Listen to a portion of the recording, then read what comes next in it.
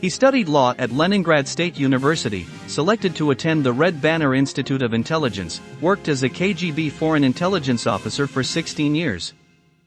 In 1975, Putin joined the KGB and trained at the 401st KGB School in Okhta, Leningrad. After training, he worked in the Second Chief Directorate, counterintelligence, before he was transferred to the First Chief Directorate, where he monitored foreigners and consular officials in Leningrad. In September 1984, Putin was sent to Moscow for further training at the Yuri Andropov Red Banner Institute. Multiple reports have suggested Putin was sent by the KGB to New Zealand, corroborated through New Zealand eyewitness accounts and government records. This has never been confirmed by Russian security services.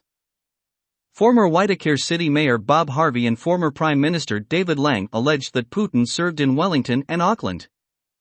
He allegedly worked for some time undercover as a bata shoe salesman in central Wellington. From 1985 to 1990, he served in Dresden, East Germany, using a cover identity as a translator. Putin and his colleagues were reduced mainly to collecting press clippings, thus contributing to the mountains of useless information produced by the KGB, Russian-American Masha Gessen wrote in their 2012 biography of Putin.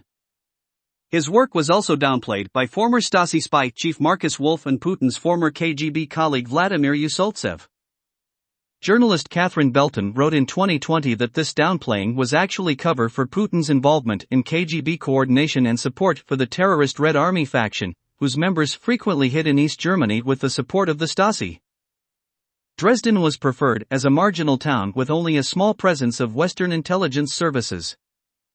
According to an anonymous source, a former RAF member, at one of these meetings in Dresden the militants presented Putin with a list of weapons that were later delivered to the RAF in West Germany. Klaus Zuchold, who claimed to be recruited by Putin, said that Putin handled a neo-Nazi, Renner Sontag, and attempted to recruit an author of a study on poisons. Putin reportedly met Germans to be recruited for wireless communications affairs together with an interpreter.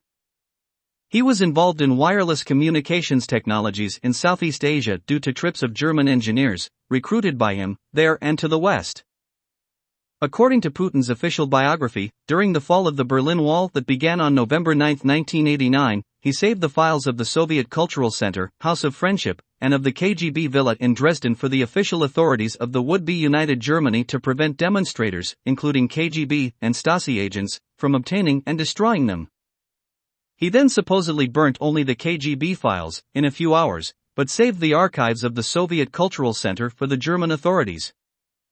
Nothing is told about the selection criteria during this burning, for example, concerning Stasi files or about files of other agencies of the German Democratic Republic or of the USSR.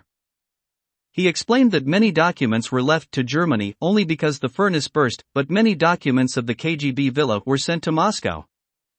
After the collapse of the communist East German government, Putin was to resign from active KGB service because of suspicions aroused regarding his loyalty during demonstrations in Dresden and earlier, though the KGB and the Soviet Army still operated in eastern Germany.